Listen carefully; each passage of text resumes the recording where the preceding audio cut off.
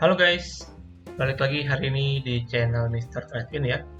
Kita masuk untuk update market di hari Selasa tanggal 4 Juli teman-teman.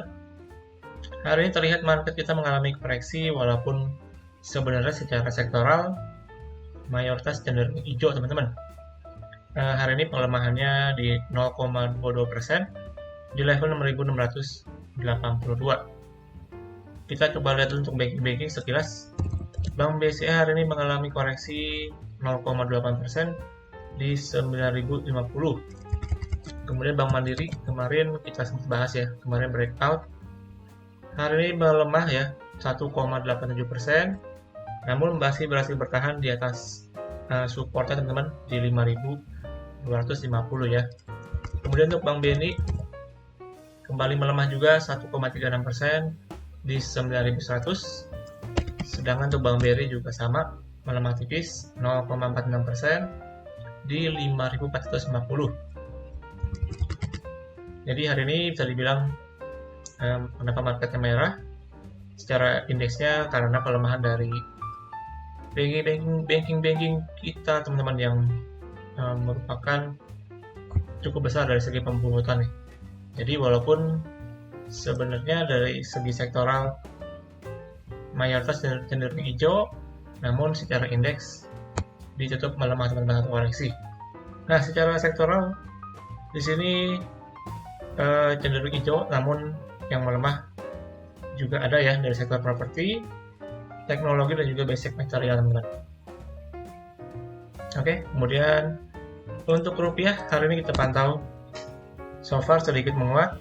Rupiah kita di 14.994 rupiah per 1 dolar Amerika teman-teman.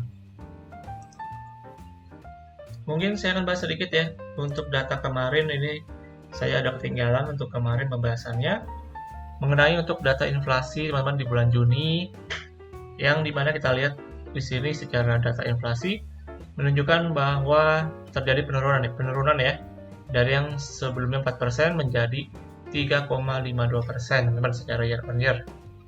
Namun secara month of month-nya terlihat mengalami peningkatan sedikit, namun saya rasa itu nggak terlalu signifikan. Kita perlu pantau untuk dari segi year on year teman-teman. Di sini secara tahunannya terlihat mengalami penurunan lagi ya, jadi udah kurang lebih. Kalau misalnya saya lihat di sini dari bulan September teman-teman ya, September tahun lalu itu. Jadi inflasi kita udah menurun ya dari angka 6% sampai sekarang per bulan Juni ini di angka 3,52% secara year on year ya. Ini merupakan sebuah pertanda yang cukup bagus untuk kondisi ekonomi Indonesia yang harusnya udah mulai cukup pulih teman-teman semenjak pandemi COVID kemarin. Kemudian kita lanjut hari ini dengan teknikal ya. Hari ini secara teknikal untuk indeks kita so far juga di sini masih terlihat kebentok di trend line-nya teman-teman di sini. Trend line ya. Hari ini kebentok di trend line-nya. Belum berhasil untuk bisa menguat ke atas lagi. Dan di sini mungkin saya akan tambahkan untuk garis yang bagian bawahnya ya. Untuk trend line bawahnya kurang lebih seperti ini, maka kita dapatkan sebenarnya IHSG kita masih cenderung konsolidasi dalam semacam triangle teman-teman di sini. Dan kita perlu pantau nih apakah nanti arahnya IHSG kita akan bisa ke atas atau justru akan breakdown ke bawah teman-teman. Dan bisa juga untuk melanjutkan koreksinya nih. Jadi untuk sementara sebenarnya masih bergerak sideways ya, dalam semacam triangle di sini. Dan kita perlu pantau ke depannya bagaimana untuk progres IHSG kita. Dan yang pasti harusnya sih semoga aja ya dengan kondisi ekonomi yang semakin membaik kedepannya untuk indeks kita juga semakin percaya diri dan bisa bangkit lagi teman-teman. Sekarang kan kita berada di sekitaran 6.600-an ya. Semoga aja IHSG kita bisa breakout dan bisa kembali ke atas 6.800 dengan segera nih. Oke. Jadi itu update sementara untuk indeks kita. Dan sekarang kita masuk untuk pembahasan emiten ya teman-teman. Saya akan bahas sedikit hari ini dari emiten properti di sini dengan emiten Pakuwon Jati ya, yang akan membagikan dividen. Kita akan langsung lihat dengan keterbukaan informasi dari Pewon ya teman-teman, yang dimana akan membagikan dividen kurang lebih sebesar 313 miliar rupiah. Dengan dividen per sahamnya itu adalah 6,5 rupiah per lembar sahamnya. Jadi kalau kita hitung berdasarkan harga penutupan hari ini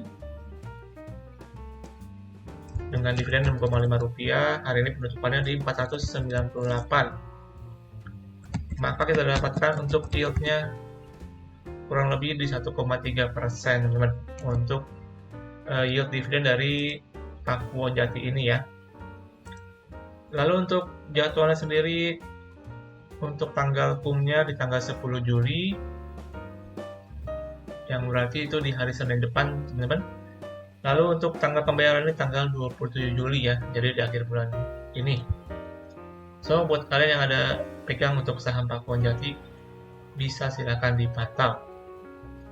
Kita langsung cek aja ke teknikalnya untuk Pakuwon Jati di sini.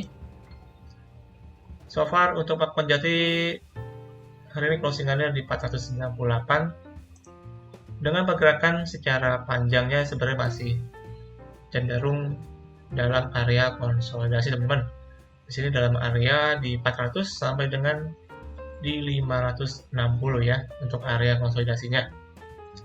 Namun di sini menariknya terakhir untuk Pakuwon Jati dia berhasil bertahan ya di atas support di kurang lebih di 470, dan saya rasa ini bisa menunjukkan tanda-tanda bisa kembali untuk bisa menguat, teman-teman, dengan kondisi ekonomi yang sekarang udah mulai pulih dan mulai banyak kembali orang-orang yang berbelanja kembali di mall, teman-teman. Karena kan ini Pakuwon Jati adalah salah satu pemegang dari Mall Kota Kasablanka itu sendiri ya. Nah, untuk Pakuwon Jati sendiri di sini saya melihat peluangnya sebenarnya masih bisa kembali untuk penguatan, teman-teman. Bisa mungkin sampai ke 500-an ya, 530 di sini untuk resistennya sementara. Untuk support pendeknya, teman-teman, mungkin bisa coba lihat di sekitaran 486,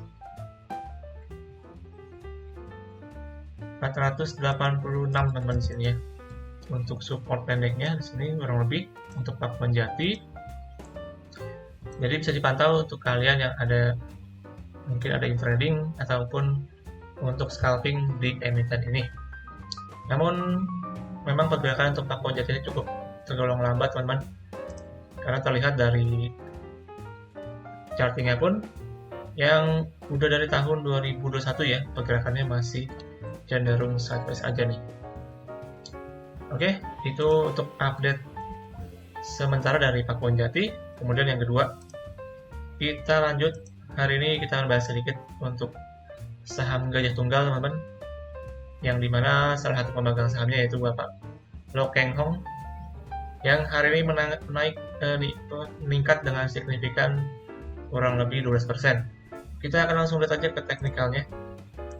Untuk GJTL di sini untuk gajah tunggal, teman-teman, hari ini mengalami penguatan yang cukup signifikan ya. Closingannya di 970, meningkat hampir 15%. Nah, untuk teknikalnya di sini untuk GJTL, teman-teman, so far di sini saya lihat ya ada resist di sekitaran 950. Ini terlihat hari ini di breakout ya, teman-teman. Namun mungkin belum sepenuhnya berhasil di breakout karena di sini masih ada resist pendek di 980 kurang lebih. 98 sampai dengan 1020, teman-teman, di sini. Masih ada resist pendek untuk GJTL. Namun untuk resist pentingnya di 950 berhasil di breakout, teman-teman. Ini GJTL terakhir ya. Kemarin setelah kita lihat di sini ada trend line. Akhirnya dia berhasil breakout dari trend line-nya di sini. Lalu kembali meningkat dengan signifikan di sini untuk GJTL. Mungkin buat kalian yang mau coba scalping masih bisa ya untuk momentum besok nih, mungkin ada peningkatan sedikit, bisa dicoba dimanfaatkan untuk yang mau scalping. Namun untuk yang panjangnya, kalau teman-teman ada yang mau coba untuk spekulasi, lebih baik menunggu ketika nanti terjadi koreksi ya teman-teman.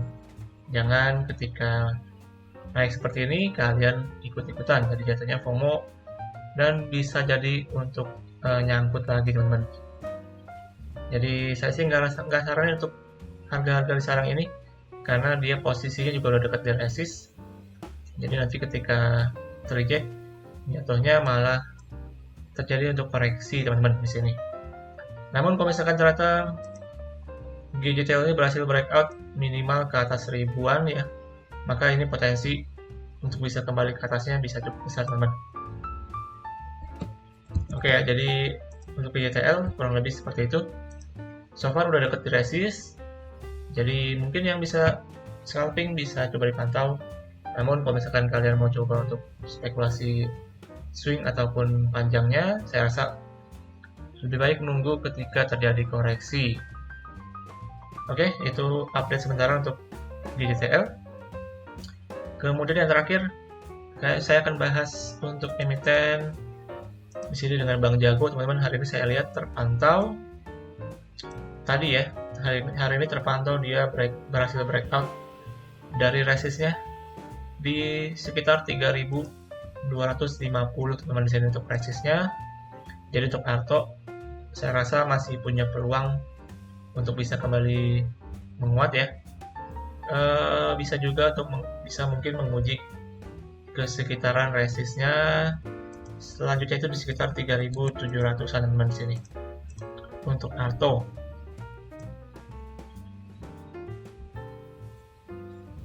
Karena untuk Arto ini kan terakhir dia seperti yang saya mention, dia mengalami reversal teman-teman di sini membentuk inverted head and shoulder dan akhirnya breakout. Setelah breakout dia sedikit konsolidasi 3 minggu, lalu hari ini dia berhasil kembali untuk mengalami penguatan teman. Jadi bisa dipantau ya untuk kalian yang ada pegang dari saham Bank Jago ini. Oke, jadi kurang lebih untuk hari ini kurang lebih begitu aja teman-teman. Dan berakhir pembahasan kita di ISG Daily hari Selasa ya, tanggal 4 Juli 2023. Dan terima kasih untuk teman-teman semua yang udah setia nonton video ini sampai akhir. Jangan lupa untuk lakukan kembali analisa ulang untuk setiap analisa yang saya berikan. Dan teman-teman mohon dukungannya agar channel ini bisa semakin berkembang dan minimal mencapai 200 subscriber ya sampai akhir bulan Juli ini teman-teman. Oke, jadi mohon dukungannya untuk kalian semua. Dan kita akan berjumpa lagi untuk besok seperti biasa untuk update market. Jadi pastikan kalian stay tune di channel ini. Oke, sampai jumpa di video selanjutnya. Salam trading.